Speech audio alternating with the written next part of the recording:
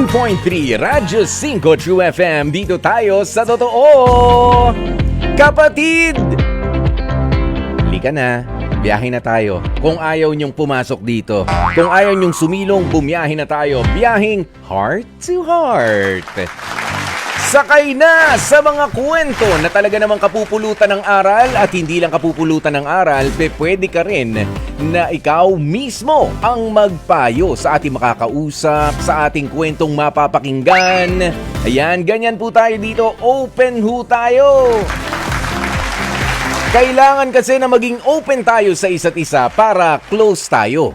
Ganun yun eh. Oo, kailangan open ka muna bago tayo maging close. Diba?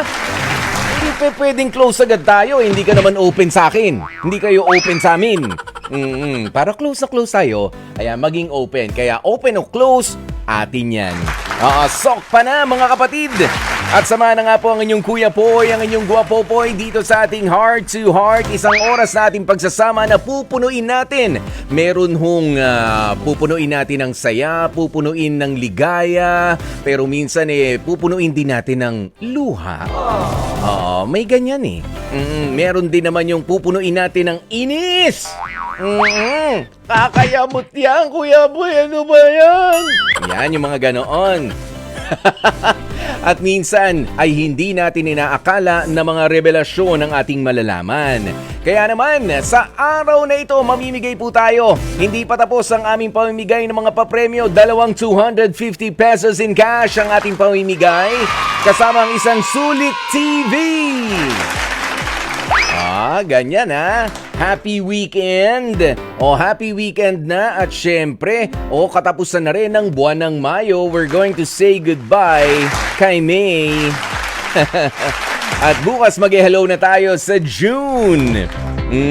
Ganoon lamang po kabilis sa mga pagkakataon, ano? Kaya bilis-bilisan nyo rin ang inyong pag-contribute ng inyong mga komento, ng inyong mga kasagutan sa ating mga iba't ibang segments dito sa ating Heart to Heart. At wag na nga po natin patagalin pa mga kapatid ha. Eto na. Sa ating HEART segment o ang ating Heart segment, kung saan nga ay talaga namang biniyak-biyak natin at binigyan ng ibang pakahulugan ang HEART o yung heart. Na ang ibig sabihin ng letter H ay yung half-half na desisyon. Ayan, o kaya naman yung letter E ay yung evaluate muna natin. At nandyan din ang letter A na approve, Kuya Poy. Pero nandyan yung nakakalungkot na R o yung reject. Ayoko na, stop na this. Ayan, at nandun din yung T na, ay, sige, try again. Yee! Papipiliin po natin ang dalawa nating mga kausap mamaya kung ano nga ba ang pipiliin nila dyan sa heart na yan para malaman kung ano nga ba ang nilalaman din ng kanilang mga puso. Half-half ba? Evaluate muna, reject ba, try again, o yung approve na approve? Siyempre, love naman namin isa't isa eh. Pero eto nga ha, umpisa na nga po natin ang ating bahaging ito dahil mukhang mahaba-habang usapan po ito, no? Umpisa na natin ang ating heart segment dahil kahapon nakausap natin itong si Wilson. Hindi naman po siya sa nagrereklamo. Bagkus ay nagtatanong lang, ano nga ba ang gagawin ko, Kuya Poy, doon sa aking live-in partner na matagal-tagal na rin naman, kasi raw lahat na lang ng mga pinagsasasabi nitong ng live-in partner niya na si Badet ay hindi na maganda tungkol sa kanya at ang masama pa hindi lang sa kanya kundi sa kahit sino di umano sa kanilang mga kausap, sa mga kaibigan ni Badet, kaibigan mismo nitong si Wilson sa kanilang lugar at meron pang ang eksena raw na kahit sa sariling magulang na ni Wilson. Yan po ang sinasabi ng ating nakausap kahapon. Kaya naman nasa ating linya ngayon si Wilson muna, si Badet. Si Badet ang ating makakausap. Hindi, gusto ko sanang i-confirm yung i-confirm muna kay Wilson. Pero nandyan si Wilson, right? Nandyan si Wilson. Makausap din natin mamaya. Ayan, tatanungin ko lang naman kung okay ba? Tama ba yung mga sinabi ni Kuya Poy? Nandyan ba? Pasok ba, Wilson? Opo, Kuya Poy. Yun, tama. Yun yung mga pinag-usapan natin, di ba? Opo. Ayun. Nandyan din si Badet. Eto na, napagbigyan na nga ho tayo. Badet, magandang tanghali sa'yo, Badet. Magandang tanghali po, Kuya Poy. Ikaw ba ay nakahinga-hinga na? O, Naku. nag-init ang ulo mo kay Wilson. Nag-init po. Ayan, pero hindi, maraming salamat, no, dahil pinaunlakan mo naman itong sabi ko nga para maging balanse. Sana makausap namin, humiling kami na makausap din ikaw mismo. Totoo ba yung mga sinasabing yan ni Wilson na nagiging medyo hindi na maganda ang mga pinagsasabi mo sa kanya? Sabi ko, meron kasing pinanggagalingan si Badet. Hindi ako makapaniwala na siya ay magdadadakdak lang sa mga kaibigan at minsan pa nga sa harap ng magulang daw ni Wilson nang wala lang. Nang madaldal lang siya, hindi ka naman daw ganyan sa pag-uumpisa ng inyong relationship, Badet. Kaya naman, Badet, ano ba talaga ang side mo naman? Pwede bang i-explain mo naman sa amin? Naku, Kuya Poy, hindi naman ako magkakaganito kung hindi lang din dahil sa kanya po eh. Paano po ba naman na mas malamang pa po yung tambay niya po sa labas, tapos yung trabaho niya naman po, extra lang po. So, hindi po sapat yung kinikita niya, tapos po, puro tambay pa po siya sa labas. Paano hindi po ako magbubunga nga? Na hindi po na nasa bahay lang po siya, tulungan po ako sa gawaing bahay. Mas gusto niya pa po yung mga kaibigan niya. Okay. Alam mo kasi, Badet, kahapon, tinanong ko itong si Wilson kung gaano kahabang oras ang ginugugol niya kapag siya ay nagbabasketball, ano? Basketball po, tsaka Ano pa ba? yung bilyar. Aba, nagbibilyar pa. Opo. Very sports-minded, ano? Nagsiswimming, di naman nagsiswimming. Hindi po. Sugal, hindi naman nagsusugal o hinahaluan na ng sugal yung mga larong yan. Yung alam ko po yung bilyar, may po yan eh. May baraha din na parang basta may pustahan din po yan. May pustahan din, pero hindi naman malaki yan, hindi naman nagkakanda utang-utang. Hindi naman. Hindi naman po masyado. Yan, gaano kahaba? Ha? Kasi ikaw syempre ang nag-ooras kasi si Wilson sabi niya hindi naman po ganun kahabang oras pero wala naman siyang sinabi. Pero ikaw na tatanungin ko, Badet, gaano kahabang oras ang ginugugol niya sa paglalaro sa labas kasama yung mga kaibigan? Nako, Kuya Poy, pagka gising ng umaga niyan, gigising niya mga alas 9. Tapos uuwi yan, kakain. Anong oras uuwi? Mga 11:30 ganon. Saan siya galing? Sabi mo kasi gumising pa lang alas 9. Opo, alas 9. Saan na pumunta? Tatambay po yan. Tatambay. Tambay po yan. Tambay lang muna yan. Tapos siguro, pag nagutom na siya, uwi siya, 11:30. Aha. Uwi na siya, kakain lang siya, Kuya Poy. Hindi naman ako tinutulungan na magluto, kakain lang siya, yung pinagkainan niya, hindi niya pa huhugasan yan. Syempre, baka mapasma Baka mapasma kapag ka nagbibilyar ka, mahirap yung yung plangketa mo mag-iiba dyan. Tapos, sige. Pagkatapos niya po kumain, iiwan niya lang yung pinagkainan niya, lalabas na naman. Ang uwi na niyan, alas 8 ng gabi. Maaga pa naman. Hindi naman pala nagpupuyat. Nako, sinusundo ko lang yan, Kuya Poy. Aba, sinusundo pa? Oo, sinusundo ko lang yan para umuwi na siya. Nasasarapan siya masyado. Yun. Kaya sino pong hindi magbubunga nga, di ba po? Sige. Yan ha. Yan ang kwento ni Badet muna doon sa parte na laging nasa labas itong si Wilson. Kaya tanungin natin, Wilson, pare. Opo, Kuya Poy, nagulat ako sa sinabi niya. Ikaw talaga, tinatanong kita kahapon Kaya sabi ko nga, duda ako, hindi basta magbubunga nga Pero ano yung kinagulat mo naman sa sinabing ito ngayon ni Badet? Kasi, pati sa radyo, ang lakas ng bunganga niya. Hindi yon, pero tama ba yung mga sinabi ni Badet na pagkagising mo, ganyan? Bali, gumagawa po kasi ako ng mga diskarte. Kuya Poy. Anong diskarte ang magagawa mo pagka nakatambay ka nga naman? Gaya niyan, pag nagbabasketball, kumikita po kasi ako, nananalo po kami sa laro. Tapos pag nagbibilyar po, bali, ganun din po. Lagi naman po kasi ako nananalo, kaya lagi ako nawawala. Magaling ka ba sa bilyar? Magaling kang tumumbok? Opo, Kuya Poy. So, minsan merong manager. May ganun din po. May pumupusta para sa'yo. Ganyan. Tapos, Opo, Kuya Poy, di ba ganun kumikita yan? po.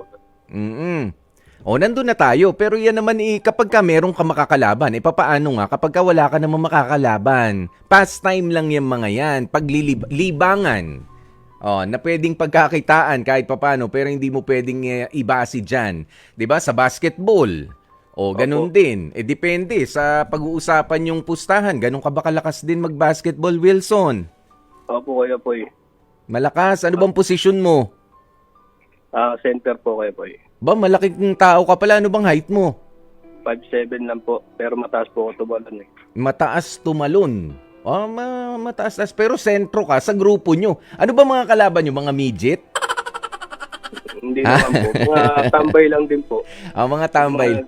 Yung mga ibang naglalaro, mga estudyante, yung mga parang... Oo. Nako, alam ko yung discarding ganyan, Wilson, yung mga harang yan. Estudyante, nilalabanan nyo. Yan, mga harang, no? O, tara, laban tayo, laro tayo. Uutu-utuin nyo.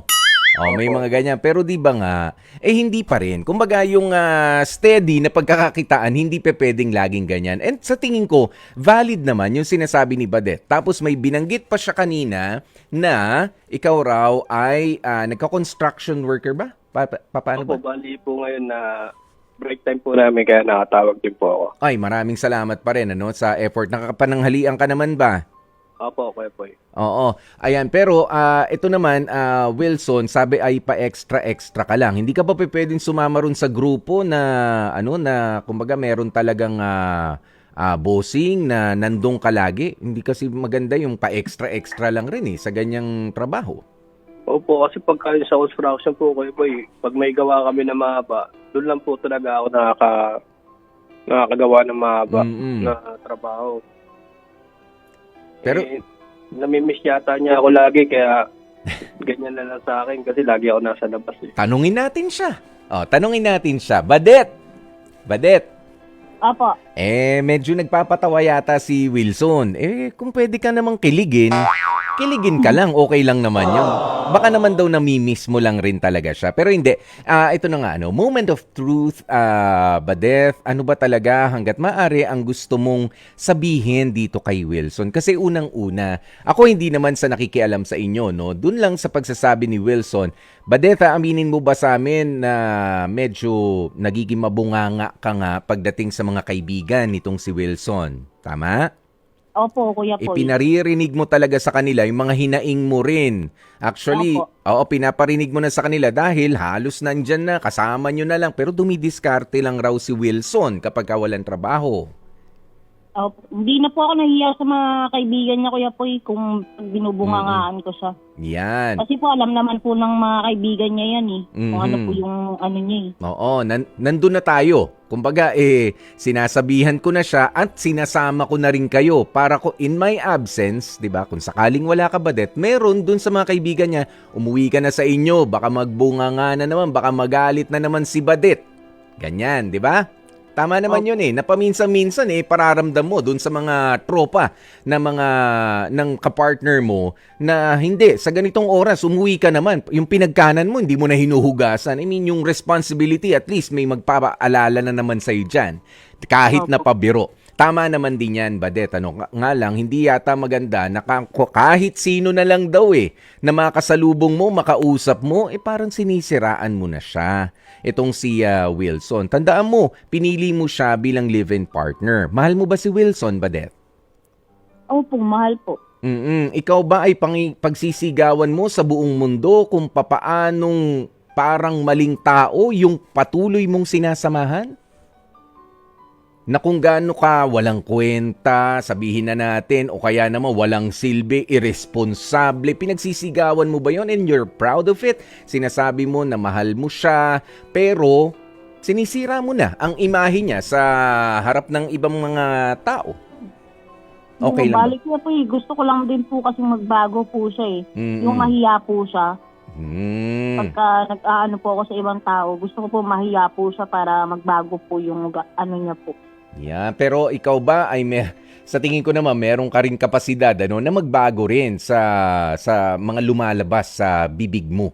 Ayan, kasi nga sabi ko ay hindi maganda na ganyan, hindi nurturing Hindi nakakalusog, kumbaga, ang mga lumalabas sa bibig mo sa inyong relationship. Bagkus yan ay parang lason na unti-unti talagang sisirain, unti-unting papatayin yung inyong pagmamahalan para sa isa't isa. Pero, syempre, kailangan nga ay merong mag-a-adjust at parehas kayo. Wilson, ikaw ba ay willing na mag-adjust sa mga kagustuhan din naman ni Badeth para sa'yo? After all, para sa inyong dalawa naman pala ang gusto nitong si Badeth. Opo, Kuya Poy, bali, sa tingin ko nga baka ako talaga may pagkukulang kasi hindi ko rin siya nabibigyan ng panahon na magkasama kami. Na siyempre, parang papasok na lang ako, lalabas na lang ako ng bahay, ganun. Tsaka hindi ka raw naguhugas ng pinagkanan mo. Opo, mapapapas mo yung tumbok ko, Kuya Poy. Mga ngatog yun. Sayang po eh. Oo. Ayan. Kaya lang parang nakikita ko na may-miss niya talaga ako. Yung, kumbaga nawawalan ako ng time sa kanya. Tapos, yung happy moments namin, siyempre. Yan.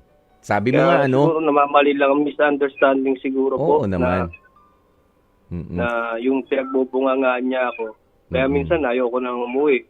Yung pala, para lang pala sa amin yun na magkasama kami.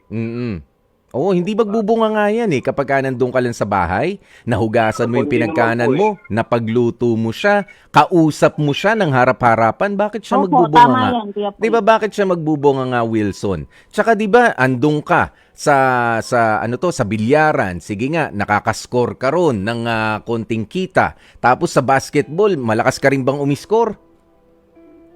Opo, Kuya Poy. Oo, ikaw ba yung sentro na nakaka 3 points? Nakaka 3 points din po Oh, lang. yun. Pambihira naman. Dun sa bahay, hindi ka na rin daw nakaka-score. Man lang, nakakapaglambing. Tama ba, Badeth? Hindi na Nako, nakakapag... tamang-tama po. Ay, nako. 3 points mo naman yung mga diskarte mo. Dapat yung pasok na pasok din.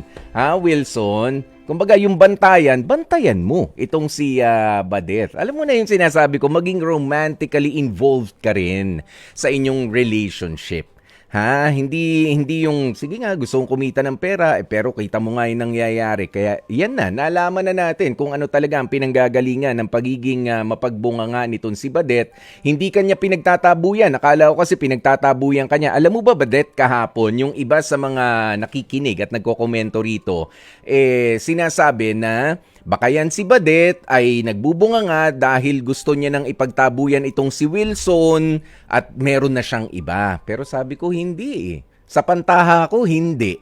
Ayan, at eto na nga. Kaya pala nagbubunga nga, may mga valid na reklamo naman itong si Badeth para pumasok ka sa bahay at samahan mo siya. Hindi lang naman sa bahay, kumbaga samahan mo ulit siya, lambingin mo naman din at magplano kayo ng inyo. Okay? Wilson, malinaw na yan, Opo, Kuya Poy. Ang laro ng basketball mamaya sa loob ng bahay. Nood ka ng replay ng playoffs ng NBA. O, ganyan. Opo, Kuya Poy. May laro rin PBA mamaya. O yan, kung anong gusto mo roon. Badeth, tama ba yon? Pero ikaw naman, Badeth, tigilan mo na rin yung pagiging mabunganga sa harap ng ibang mga tao. Opo, Kuya Poy. Oo. Magbabago na po ako. Basta po, nakita niya rin po sa akin na magbabago po siya. Kasi hindi naman po ako ganito dati, Kuya Poy. Oo nga Na-stress daw. lang po ako talaga. Ano bang gawa mo naman sa buhay, Badeth? Bali, nag-ano po ako, nag-online selling po. Sa bahay lang rin? Opo. Yung kita mo, nasa bahay lang maghapon. Yung 4 na sulok lang nung kwarto o Opo. sala, yung nakikita nitong si Badeth. Minsan nagla-live po ako para po yung mga online po, di ba? Nagla-live po ako. Dapat po, minsan, samahan niya po ako, Yan. tulungan niya po ako, kasi Tulungan. nahihirapan po ako lang po mag-isa nagla-live Kita mo? Yung mga lambing na ganun, Wilson, pagbibigyan mo, lalo kung wala ka namang gagawin. Pero of course, si Badeth naman, maintindihan ka niyan. Lalo niya, nasa trabaho ngayon si Wilson, di ba? Opo. Baka masarap ang baon niya bukas. Ano kaya magandang ibigay kay Wilson? Last day ng trabaho bukas Sabado. Sahod pa. Opo. Sahod pa, Badeth. Ano kaya magandang pa-breakfast dyan, pananghalian? Bali, pag breakfast po, paborito niya po yung longganisa, kaya lulutuan ko po. Yan. At pananghalian, sinigang po, Kuya Poy. Ba, ang taray Dalawa pa talagang ulam. Yung iba, isang Opo. ulam na lang. Agahan, tsaka tanghalian. Yun na yun eh. Oh, yun na yun. Yung mga kakilala kong construction worker, marami na akong mga kaibigan. Pero pag uwi nga, ang ulam, si Badet na ang bahala. Si Badet na bahala para mas mainit sa gabi. Tama? Opo. Siguraduhin masabaw ha dahil baka umulan bukas ng gabi. Kailangan nagsasabaw yung ulam, yung kakanin nitong si Wilson. Mhm. Okay, sige na. Ano ba ang heart decision ninyong dalawa, Badet at Wilson? Ha? H-E-A-R-T. Ano doon? H, kung half-half, nagdadalawang isip pa kayo. I-evaluate muna. Kumbaga pa, ewan ko. Sandali lang, Kuya Poy. A yung approve na approve. Sige, kami na ulit. Letter R, reject. Ayoko na, Kuya Poy. Nagpaka-sweet lang ako, pero ayoko na talaga. O yung T na, sige, try again. Ano doon? Ikaw muna mauna, Badet. Bali, parang po, try again po. Kasi, di ba po, hindi po kami naging okay eh. So, ngayon po, itatry po namin. Yan. Yung best po namin. Okay. Ikaw, Wilson? Kuya Poy, bali approve kasi kaya ko namang talagang baguhin yung sarili ko para sa kanya. Yan. Ganyan dapat ha. Hindi lang lumalabas sa bibig yan, Wilson, na kailangan sinusundan din ng kilos yung ganyang mga pagsagot na approve na approve. Hindi naman sa sinasabi natin susunod ka na lang sa lahat ng mga sasabihin nitong si Badet, pero irerespeto mo rin yung mga pangangailangan niya. Ganyan, ha? It's a two-way, it's a two-way process. Hindi pwedeng siya lang rin naman palagi. Badet, maraming salamat ha at Thank you po. Wilson, Badet, medyo Salamat po, Kuya Poy. tahimik na muna ang pagbubunga nga sa labas ha. Sandali lang, gusto ko lang dahil sa dami ng mga masasamang mga nasabi, hindi ka naman masamang tao, Badet, Ano ba yung gusto mong ipagsigawan din sa amin na pinaka nagustuhan mo pala dito kay Wilson? Yung mga magagandang salita, magagandang nakakakilig. Paano mo ba siya i-describe at bakit mo siya mahal? Sige nga, Badet. Bali, Kuya Poy, kasi yung pagmamahal, parang hindi mo maano kung bakit mo mahal yung tao eh. Dapat wala kang dahilan kung bakit mahal mo siya, kahit ganyan siya. Pero gustong-gusto ko lang po talaga sa kanya, tinatry niya po yung best niya para po makapag-provide sa pamilya namin. Mhm. Ganun po. Yun. Bali, parang po yung loob niya na kailangan niya kumita, ganito. Kaya siguro po kahit na yun lang, pagbibilyar o lang yung niya, at least po, meron po siyang naibibigay. Mhm. Naman pala eh. Di ba nga? Wilson, ang pogi. Ano bang itsura nito si Wilson? Parang pogi. Pogi po. Pogi? Sino bang kahawig nito? Parang po, mga Piolo po. Piolo Pascual. Piolo Ascal? Piolo Pascual. Piolo Pascual pala. Piolo Ascal. Lamang lang po ng mga isang paligo. Lamang ng isang Piolo. paligo. Sa Ascal. Kay Piolo. Okay. Sige, maraming salamat, Badet at Wilson. Thank Medyo you po. gumaan-gaan na nga ang natin. At syempre, Opo. sige. Ayan, thank you kina Badet at Wilson. Ito, basahin lamang natin ang ilan sa mga sabi ni si Ate Jonalyn, magsuportahan kayo dapat. Pero ang asawa ko, puro kontra sa akin. Ultimo tawa ko, pinupuna. Ano magagawa ko? Malakas akong tumawa. Maganda, kausapin natin si Ate Jonalyn. Hanapin mo nga ang nito, Rema. Contact number nito, Rema. Si Ate Jonalyn, pati raw tawa. Nagrereklamo naman yung asawa niya. Sige, makausap naman natin, heart to heart natin yan pagka may pagkakataon, Ayan, Ronald Tumbaga, sabi niya, napakahalaga talaga ang pagtutulungan ng mag-asawa para sa pamilya, para maitaguyod yan. Ayan, sabi ni Marlene Ortega, kahit sinong babae na magbunganga kapag uuwi lang, kakain, tapos di maghuhugas ng pinggan, talaga mapapabunga nga ka rin naman, Ayan ang sinasabi, maghugas kayo ng pinggan, galing kayo kumain, di na nga kayo nagluto, para kayong si Kuya Poy. Pero sa oras nga nating 12:35, mga kapatid, bigyan na muna natin ng awitin itong si Badeth at si Wilson na positive naman ang kanilang pinili sa ating HEART segment. Especially for you.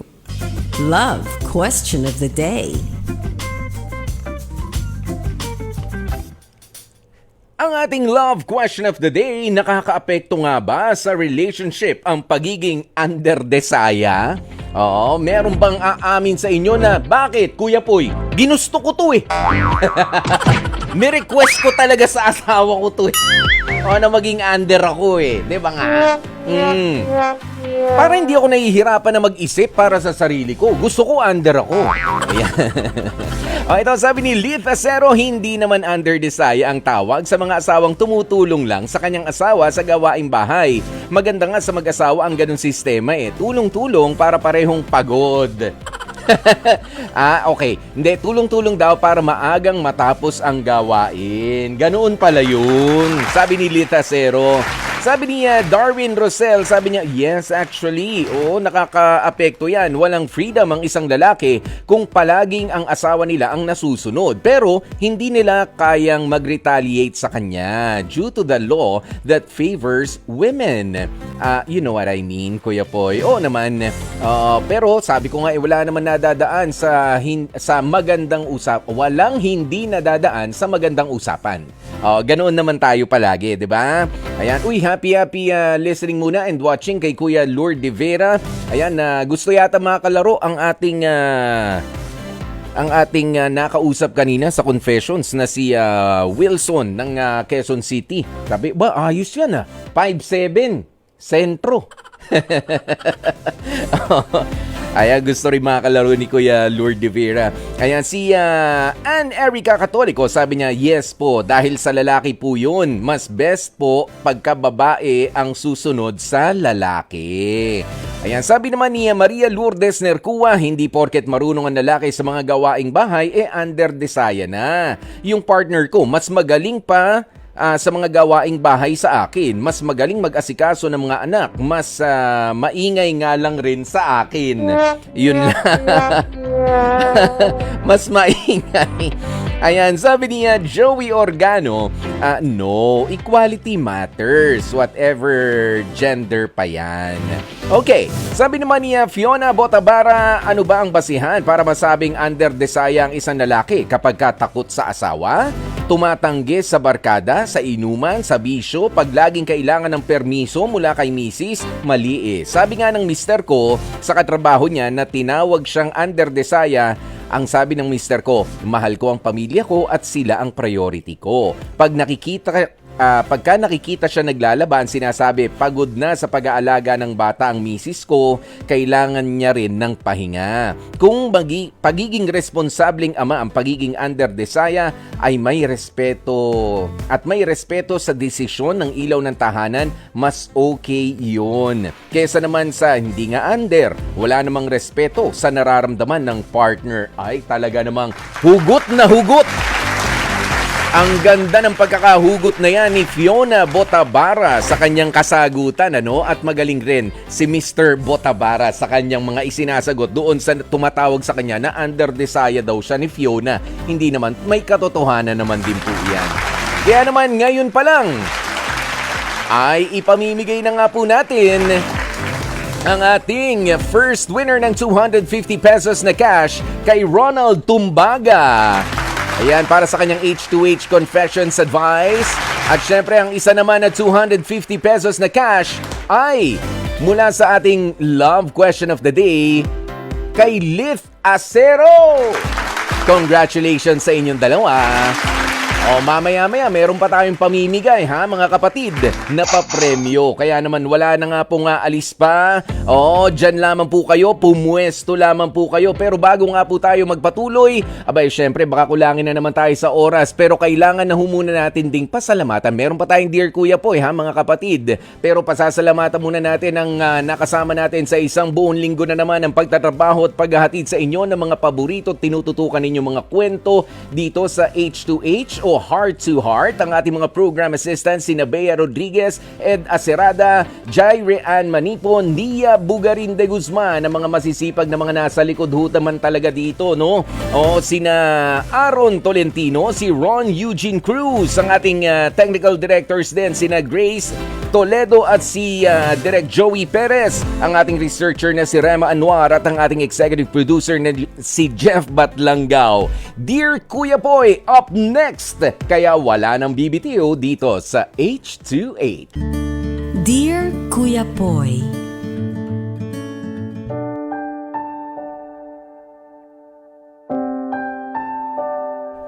Dear Kuya Poy, magandang araw sa inyo at sa lahat ng mga patuloy na sumusuporta sa inyong programang Heart to Heart ng 92.3 True FM. Kinakabahan ako habang sinusulat ko ang kwentong inyong babasahin, Kuya Poy. Silent listener nyo kasi ako at hindi ako sanay na sa pagkakataong ito ang aking storya naman na magiging tampok na kwento. Ako nga pala si Arvin, 23 years old, ng Manila. Isa akong construction worker at aaminin kong tinamaan ako ng malala sa isang babaeng nagngangalang Tina. Ang babaeng nagbigay ng totoong importansya sa buhay ko. 4 na taon ang tanda ni Tina sa akin. Nagtataka lamang ako, Kuya Poy, kung bakit nagawa niya akong piliin bilang kasintahan niya, given na may magandang trabaho at disente ang kagaya ni Tina. Masasabi kong maayos ang 5 buwang relasyon namin ng girlfriend ko. Nang makilala ko si Tina, Kuya Poy, nagkaroon ng direksyon ang buhay ko. Yung tipong alam ko kung saan ko na gustong pumunta, kung anong mga pangarap ang gusto kong marating sa buhay.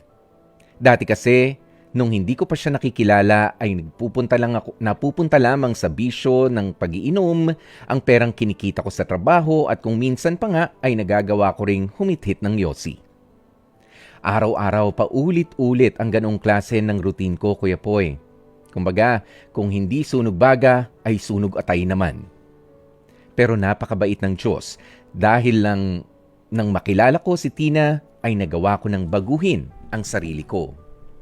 Hindi ko alam kung bakit ako ang pinili ni Tina. Lalo pat sobrang kabaliktaran ako ng katatayuan niya sa buhay. Para ring magkaroon ng maayos na pamumuhay ay nagdesisyon ako mag-enroll sa Alternative Learning System o yung ALS para rin naman makakuha ako ng magandang kikitain sa paghahanap buhay ko. Sa totoo lang, Kuya Poy, nahihiya na rin ako kay Tina dahil palagi na lamang sa tapsihan na nagagawa ko siyang i-date.